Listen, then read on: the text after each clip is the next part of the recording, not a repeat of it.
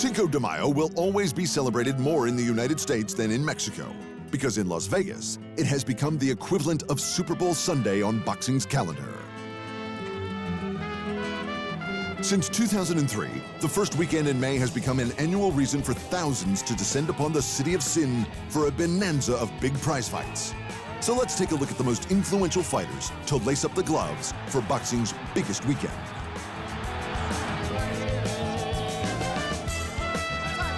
Julio Cesar Chavez Sr., one of the most important figures in Mexican boxing history, kicked it all off in 1993 when he beat Terrence Ali in Las Vegas, before returning the following year to win a split decision against American Frankie Randall. But it wasn't until 2003 that anyone in the sport really saw the potential for the day. That's when a 30-year-old Oscar de la Hoya, wearing his newfound promoter's hat, sought to turn his otherwise unremarkable fight with Yori Boy Campos into a boxing holiday. To be honest, my hope was for it to become what it has become, De La Hoya reflected. I wanted to make it a celebration. I wanted it to be a party and an excuse for boxing fans and non-boxing fans to come out to Vegas and enjoy a great fight. The Golden Boy dismantled Campos in 7 rounds and returned to the special weekend 3 years later in 2006 to beat Ricardo Mayorga for the WBC lightweight title.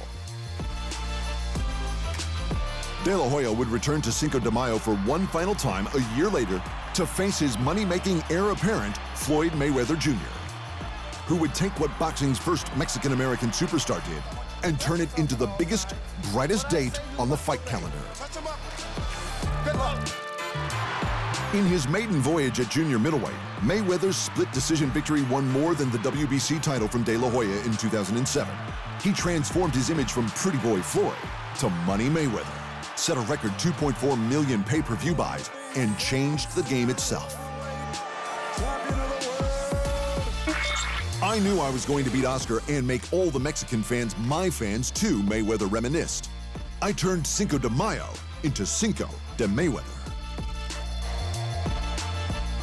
2 years later, Manny Pacquiao stamped his name in the weekend's history books with a devastating knockout of Ricky Hatton, a single sledgehammer left that was the beginning of the end for the Hitman's career.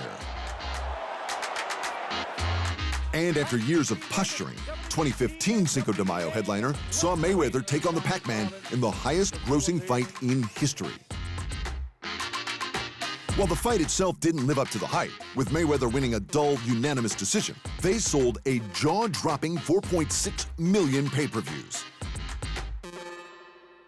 And then, Saul Canelo Alvarez took over Cinco de Mayo to become the face of modern boxing and a Mexican superstar.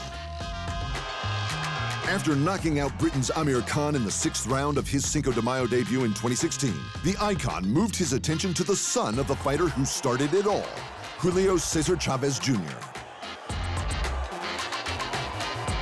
It was 2 of the most popular Mexicans of their time, Alvarez the star, Chavez the anointed star by virtue of his famous last name. It was a Mexican civil war. The fight was a Canelo shutout, springboarding him towards becoming the greatest Mexican boxer of his generation, and played its part in making Cinco de Mayo synonymous with the sweet science.